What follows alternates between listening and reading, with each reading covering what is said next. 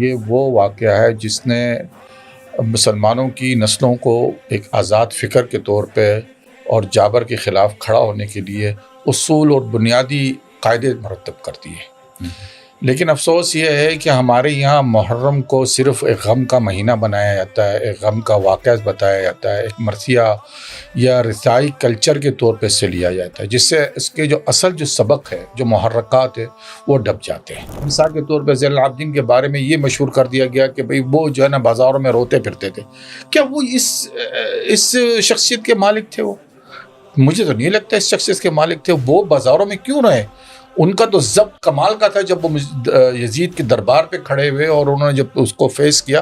یہ کمال کا ضبط اور اعصابی طاقت چاہیے اس کے لیے۔ یزید نے تو امام حسین کو شہید کیا، لیکن امام حسین کے افکار کو، امام حسین کی کردار کو، امام حسین کی نظریات کو ڈھانپنے والے، جھکنے والے وہ رسائی کلچر ہے، جس کو ہم ہندوستان کے اندر جو ہے نا مرثیہ نگاری یا نوحہ کنانی جو ہے نا، جو ہمیں ہندوستان میں پھر اس کو زیادہ پروموٹ کیا ہے۔ امین معاویہ کے بیٹے تھے یزید، جس نے یہ سارا ظلم کیا، اور اس وقت کی جتنی بھی مسلمان مملکتیں تھیں، سلطنتیں تھیں، ان سب کو پتہ تھا کہ حضرت امام حسین کس کے لخت جگر ہیں۔ شرعی طور پر تو ایسی کوئی حجت نہیں قائم ہوتی ہے کہ یزید کی بیعت نہ ہو، ایک شرعی حجت ہوتی ہے۔ یہ کہنا کہ یزید جو تھا شرابی تھا، حرام خو، پتہ نہیں کیا کہ جو اس پہ الزام لگتے ہیں، تو یہ وہ کردار تھا جو حکومت کے بعد آیا ہے۔ ان کو اعتراض یزید کی شخصیت پہ نہیں، طریقہ کار پہ تھا۔ اس کو عبداللہ بن عمر کو، عبد الرحمن بن ابوبکر صدیق کو اور عبداللہ بن زبیر کو، یہ تین بڑی شخصیات تھی جنہیں اعتراض طریقہ کار پہ تھا، شخصیت پہ نہیں۔ واقعہ ہو رہا ہوا، لوگوں نے جب یزید کی بیعت توڑ دی تھی، یزید کی بیعت، آپ نے کہا نا کہ لوگوں نے کیوں نہیں کہتے، یہ تو ان لوگوں نے، جن لوگوں نے مکہ مدینہ والوں نے یزید کی بیعت کی تھی، انہوں نے بیعت توڑ دی تھی واقعہ کربلا کے بعد۔ اس کا نام ہے لغود ابن مخفف، ایسی مخنف نام ہے ان کا، ٹھیک ہے نا۔ اور وہ کذاب بن کذاب ہے، کذابین میں سے، یعنی جھوٹوں میں سے ایک ہے۔ اس نے زیادہ جو ہے نا ساری چیزوں کو لکھا ہے کربلا کے اندر، کہ امام حسین نے اپنے اونٹ ذبح کر کے اس طریقے سے اسٹریٹجی بنائی تھی کہ دشمن میرے پیچھے سے حملہ نہ کرے، دشمن کو میں سامنے ہی رکھوں۔ ان کی اسٹریٹجی پڑھے ہیں کہ وہ کس طریقے سے امام حسین کی جنگ کو، تو میں کہتا ہوں ہمیں کاکل میں پڑھانا چاہیے۔ اور یہ چیز خام کیا تھا شمر بن جوشن کہ اگر یہ یزید کے پاس چلا گیا تو معاملہ ختم، ہمارے ہاتھ سے نکل جائے گا، اس کو یہی ختم کر دو۔ حالانکہ سعد بن عمر جو تھا وہ کوشش میں ہی لگا ہوتا ہے کہ جنگ نہ ہو میری اس کے ساتھ۔ توبہ میں داخل ہو گئے، کیا روتے ہوئے داخل ہوئے؟ اگر آپ اندازہ کر رہے ہیں کہ آپ روتے روتے جائیں گے، کہ یار آپ مجبوری ہے، ہمدرد آپ سے کریں گے، اس ہمت اور حوصلے سے داخل ہوتی ہے وہ بیبیاں کہ سامنے والے رونے لگ جاتے کہ ہم نے کیا کیا اس کے ساتھ۔ اور جب ان کے بچوں کو جو ہے نا مطلب کھجوریں کچھ دی جاتی ہے تو اٹھا کے ان کے ہاتھ سے چھینی پھینکتے ہیں، ہم اہل بیت سے، ہم پہ صدقہ حرام ہے۔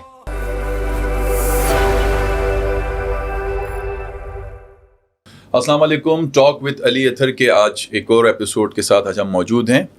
محرم الحرام کا مہینے کا آغاز ہو چکا ہے، اور یہ وہ مہینہ ہے جس میں ایک لازوال جسے کہنا چاہیے قربانی حضرت امام حسین رضی اللہ تعالی عنہ اور ان کے جتنے بھی ساتھی، ان کے جو لوگ تھے، ان کے ساتھ ہوئی، اور اس سے اسلام میں ایک نئی، ایک کہنا چاہیے جہت اس واقعے کے بعد سے ہوئی، اور بہت کچھ اس کے اندر سیکھنے کا اور سمجھنے کا واقعہ ہے۔ آئیے ہم ہمارے درمیان فاروق احمد تجانی صاحب موجود ہیں، انہی سے جو ہے وہ محرم الحرام کے حوالے سے بات چیت کا آغاز کرتے ہیں۔ السلام علیکم تجانی صاحب۔ وعلیکم السلام۔ تجانی صاحب، محرم کا آغاز ہو چکا ہے، اور اس حوالے سے میں چاہوں گا کہ آپ ضرور اس سارے جو واقعے کے اوپر اپنا تجزیہ بھی کریں اور روشنی بھی ڈالیں۔ دیکھیں، محرم الحرام کے جو واقعہ ہے بہت عظیم واقعہ ہے، لیکن مسلمانوں نے اس سے سبق حاصل نہیں کیا ہے۔ اگر اس کو واقعی اسٹڈی کیا جائے تو میں سمجھتا ہوں کہ یہ وہ واقعہ ہے جس نے مسلمانوں کی نسلوں کو ایک آزاد فکر کے طور پہ اور جابر کے خلاف کھڑا ہونے کے لیے اصول اور بنیادی قاعدے مرتب کر دیے۔ لیکن افسوس یہ ہے کہ ہمارے یہاں محرم کو صرف ایک غم کا مہینہ بنایا جاتا ہے، ایک غم کا واقعہ بتایا جاتا ہے، ایک مرثیہ یا رسائی کلچر کے طور پہ سے لیا جاتا ہے، جس سے اس کے جو اصل جو سبق ہے، جو محرکات ہے، وہ دب جاتے ہیں، وہ سامنے نہیں آتے ہیں۔ تو میں نے اس کو کافی اسٹڈی کیا، تو اس کے 3 مراحل مجھے نظر آتے ہیں یعنی اس واقعے کے اندر۔ ایک مرحلہ تو وہ ہے کہ سیدنا امام حسین کی زندگی جو واقعہ کربلا سے پہلے کی ہے، اور ایک واقعے کے دن کی بات، اور اس کے بعد کی جو اسٹارٹنگ ہے جس کو یہ اکثر ہمارے فریق ثانی جو ہے کہتے ہیں شام غریبہ، حالانکہ شام غریبہ نہیں کہنا چاہیے، دا نیو بگننگ، کیونکہ جو کچھ انہوں نے کربلا کے واقعے کے بعد جس طریقے سے فیس کیا یزید کے پروپیگنڈے کو، اور جس طریقے سے اس پروپیگنڈے کو زائل کیا، یہ کوئی آسان کام نہیں تھا۔ یعنی بی بی زینب کے بوڑھی خاتون کے کندھوں پہ اتنا بڑا بوجھ، اور انہوں نے بڑے حوصلے سے ان پروپیگنڈے کو رو دو کر نہیں، بلکہ اپنے حوصلے سے بہت اپنا حوصلہ دکھا کر اور ان کو فیس کیا ہے۔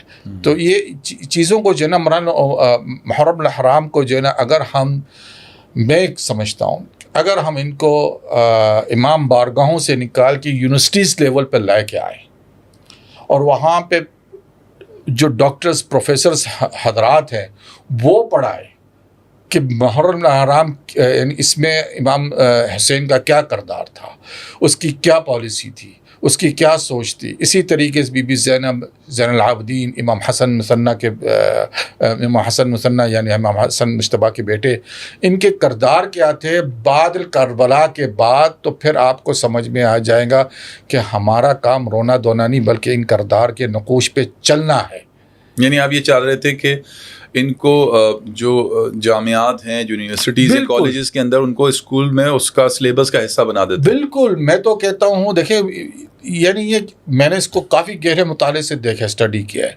ان روایتوں کو ایک طرف کر دیے جو بہت زیادہ یعنی لکھی گئی ہیں، نہیں مطلب من گھڑت انتہائی ضعیف، تو ایک معنی کا الگ بھی ہوتا ہے اس کا کہ بھئی چلے یہ الفاظ نہیں تھے، شاید کچھ اور الفاظ بھی ہو سکتے ہیں، لیکن بہت زیادہ من گھڑت باتیں ہیں۔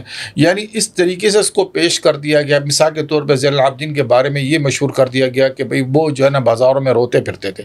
کیا وہ اس شخصیت کے مالک تھے؟ وہ مجھے تو نہیں لگتا اس شخصیت کے مالک تھے۔ وہ بازاروں میں کیوں رہے؟ ان کا تو ضبط کمال کا تھا جب وہ یزید کے دربار پہ کھڑے ہوئے اور انہوں نے جب اس کو فیس کیا، یہ کمال کا ضبط اور اعصابی طاقت چاہیے اس کے لیے، اور ایسی شخصیت جو ہے عام لوگوں کے سامنے روتی دھوتی نظر نہیں آتی ہے اگر آپ شخصیت کی بات کیا جائے۔ یہ اصل میں ایک جو حکومت تھی بویہ سلطنت، بویہ سلطنت جو ہے نا، خلافت بویہ سلطنت بولتیہ قائم کرے آپ جو ہے نا، مطلب خلافت اس زمانے میں عباسیہ کی تھی، ان کی ماتحت ایک اور حکومت بنی تھی بویہ سلطنت۔ تو انہوں نے جو ہے نا یہ اس کلچر کو پرموٹ کیا جسے ہم رثائی کلچر کہتے ہیں، یعنی رونا دھونا اور مارنا پیٹنا اپنے آپ کو۔